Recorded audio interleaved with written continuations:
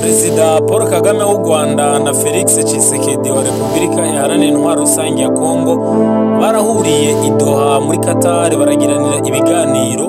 Mbega byagenze gute kugira ngo aba bakuru b'igihugu basanzwe badacana uwaka barabana y'ingwe bamaze igihe kirekire ndetse bariko baterana amajambo n'amasasu ngo bicare hamwe baganire ibyo umuntu n'umwe atari yiteze ndetse bongere batange n'ikiganiro ku bamenyesha makuru bari kumwe aho bashima n'ibiganiro bagiraniye. Muri leta zunze ubumwe za Amerika Donald Trump agejeje kure umugambi wo guhuza perezida w'Uburusiya na perezida wa Ukraine. Ubu rero hakaba haherutse kuba guhamagarana kuri telefone hagati ya Vladimir Putin ndetse na Donald Trump aho baganiriye kugira ngo batore umuti w'ingene iyi ntambara yohera. Bakaba baravuganye ingene bagiye kubigenza kugira intambara ihere. Nibi vyatumye rero hacaba n'ikiganiro kandi kuri telefone c'umukuru w'igihugu Donald Trump na hamwe n'umukuru w'igihugu ca Ukraine Vladimir Zelensky. Bakaba baraganiriye nabo nyene baganira ku intambara n'ingene yohera, bongera baganira ku vyo Donald Trump yavuganye na mugenzi we Vladimir Putin. Aya n'ayandi ni muri Burekeye, turabahaye ikaze.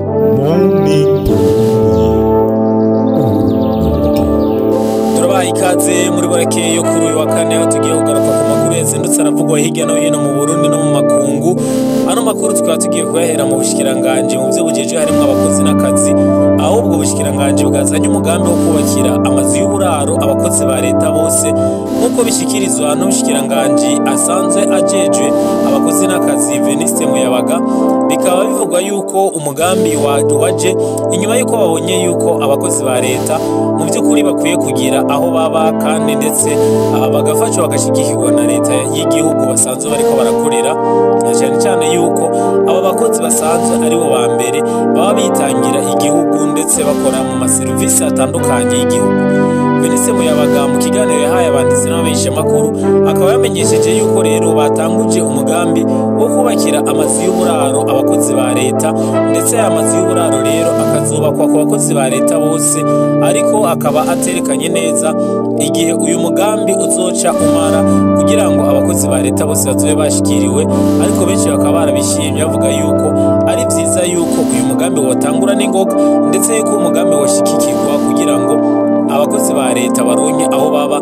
Ni mu gihe amazu asanzwe yaraduze ndetse biriko bigorana muri kino gihe mu gisagara ca Bujumbura ndetse n'ahandi mu bisagara gupanga bisigaye arakananira abahinga, ndetse benshi batakironka ayo bacira n'ayo bamira, kuko abavuga yuko abapangayi babadugiriza ko uko bukeye n'uko bwije, aho usanga umuntu asanzwe apangishije inzu ashobora kuduza mu kwezi rimwe, ukundi kwezi agaca asubira akaduza rimwe, ugasanga mu mwaka yaradugije inshuro hafi 10, ndetse bigaca bituma abasanzwe bapanze izo nzu nabo bavuga yuko bibagora yuko bashobora kubandanya bapanze izo nzu mu gihe imishahara yabo itaduze ndetse n'ivyo bakora bitariko byinjiza amafaranga menshi gusumba.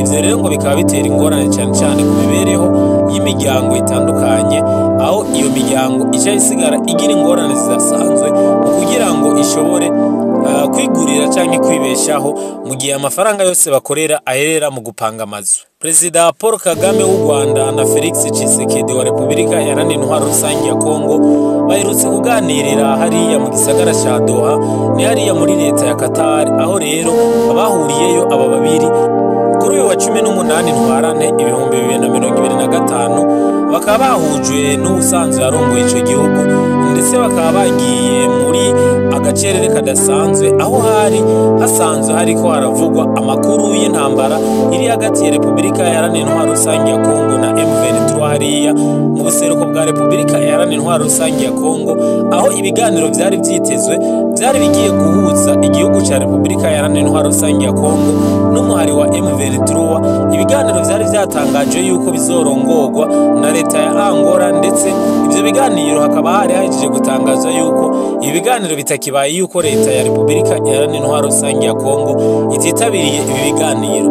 Mu gihe rero benshi bari biteze yuko intambara zigiye gusubira ndetse hariko haba imishwano idasanzwe, mu gihe bisanzwe bizi yuko umuhari wa M23 bivugwa yuko ushigikiwe na Repubulika y'u Rwanda, ndetse Paul Kagame akaba ngo ari inyuma y'uyu muhari nubwo u Rwanda rubihakana. kuri uyu rero wa 18 ntwarane 2025 Perezida Felix Tshisekedi wa Kongo ndetse na Paul Kagame w'u Rwanda bahuriye i Doha hariya mu gihugu ca Qatar. Bakaba bari bagiye kugira ngo baganirire ibijanye n'umubano mubi uri hagati y'ibi bihugu ndetse no ku ntambara iri mu buseruko bwa Repubulika Iharanira Intwaro Rusange ya Kongo. Ingwano rero twari twababwiye isanzwe iri kihuza leta ya Kongo ndetse n'umugwi wa umuhari wa M23. Mu biganiro rero bagiraniye bakabagiraniye ibiganiro ku kungene haboneka gahengwa muri iyi ntambara ndetse no kungene hotogwa umuti urama. Ibi biganiro rero ngo bikaba bizobandanya ni mu gihe aba perezida bose batanze ikiganiro ku bamenyesha makuru bakaba bavuze yuko ibi biganiro bagiraniye atari vya nyuma ndetse bakavuga yuko muco bahuriye ko nkuko byashikirijwe na Felix Tshisekedi ari uko basanze ibihugu byabo bizobandanya ari ibibanyi ndetse n'inyuma yuko ubutegetsi bwabo buzoba buheze.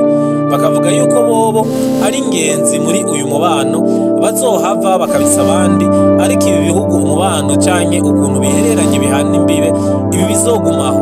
Ngo basanga rero ngo ni ibintu bidafite agaciro kwama bariko baragwana bariko baraterana amajambo, ariko babona yuko vyoba vyiza bagiye ku meza bakaganira bakumvikana ingene botora umuti wo kugira ngo babandanye umubano bari basanzwe bafitaniye.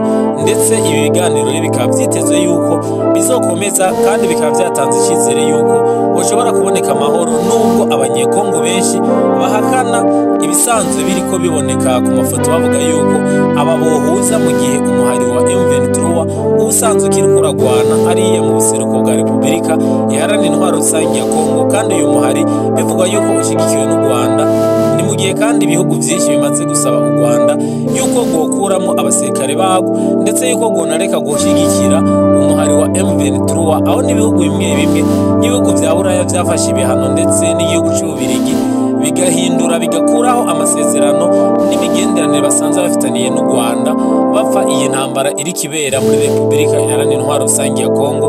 Ndetse na leta zunze ubumwe za Amerika zikaba zarafatiye ibihano umusirikare umwe asanzwe akomeye mu gisirikare cy'u Rwanda ariwe General Kabarebe, bimfatira ibihano bimwagiriza yuko uyu ariwe yoba ariko aratuma ubutare canke amabuye y'agaciro asahurwa muri Kongo ashogwa aciye mu Rwanda. Ano makuru tuyabandanirize ku makuru avugwa ku ntambara ya Ukraine ndetse n'Uburusiya, aho Perezida wa Amerika Donald Trump yagiraniye ikiganiro kuri telefone na mugenzi we Vladimir Putin.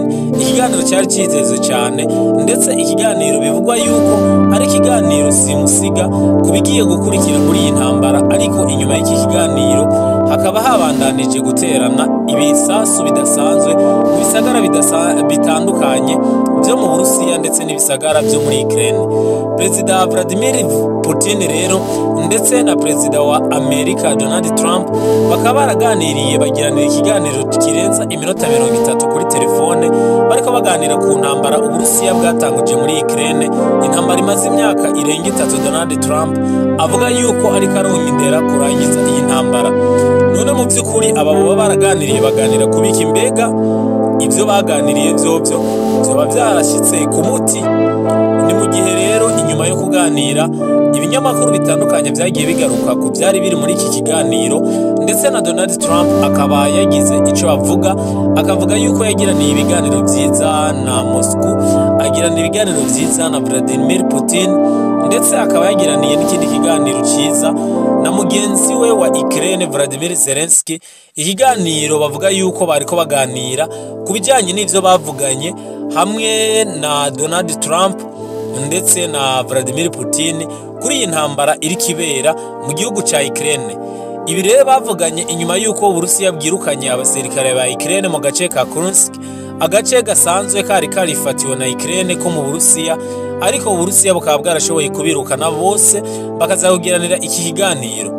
Mu byo rero umukuru w'igihugu ca Rusi, umukuru w'igihugu cy'Uburusiya Vladimir Putin asaba, akaba yasavye Donald Trump yuko kugira ngo intambara ihagarara ari uko ibihugu byose biriko bifasha Ukraine mu vya gisirikare byohagarika imfashanyo biriko biha Ukraine, ndetse bikemeza yuko ata mutekano muke bazosubira guteza.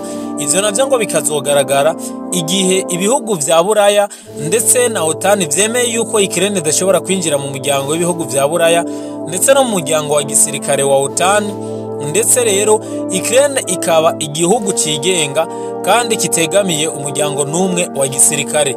Ikindi rero Vladimir Putin yasavye leta zunze ubumwe za Amerika yuko zitanga ivyemezo yuko intambara Ukraine nibayihagarika nayo itazoguma itera Uburusiya.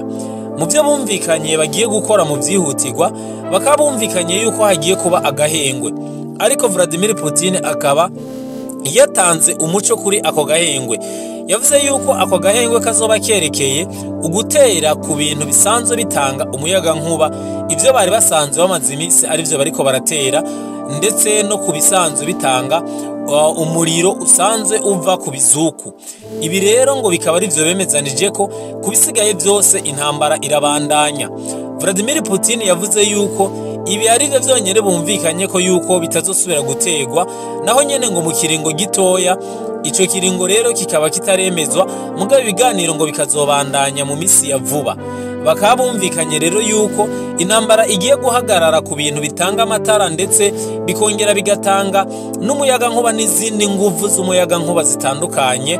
Ivyo rero ngo bikazoba bikingiwe, bitazosubira gutegwa ko amabombe ibihugu byose, mugabo bikazobandanya intambara. Ndetse rero ibi bihugu ntivyacerewe. Mu gatondo ko kuri uyu wa 19 Ntwarante 2025 ibihugu byose vyateranye.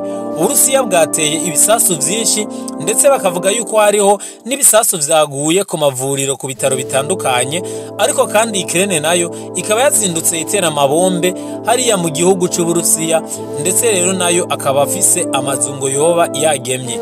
Ni mu gihe kandi leta zunze ubumwe za Amerika zibandanya gushigikira igihugu ca Ukraine mu kurungika ibigwanisho no gutanga ubufasha, ariko zikabandanya zigiranira ibiganiro n'abarongoye ibi bihugu bose kugira ngo amahoro aboneke, kuko Perezida wa leta zunze ubumwe za Amerika Donald Trump mu byo yemereye abanyagihugu igihe yaja ku butegetsi, akaba yabemereye yuko iyi ntambara ariyo azoca arangiza mu masaha 28, ariko ivyo bikaba vyararenganye, ndetse akaba yavuze yuko ariko arakora ibicoka byose kugira ngo amahoro aboneke, kandi iyi ntambara akavuga yuko itari kuba iyaba ariwe yari ku butegetsi igihe iyi ntambara itangura.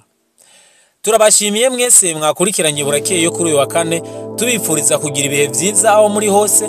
Mubandanye mudukurikirana, amakuru arabandanya ku mbuga zitandukanye za Morning Burundi, kuri Facebook, kuri Instagram, kuri Twitter ndetse no kuri Threads. Mubandanye mudukurikirana mwongera musangiza ano makuru abandi, naho ubutaha murakoze. Morning Burundi, Uburundi burakeye.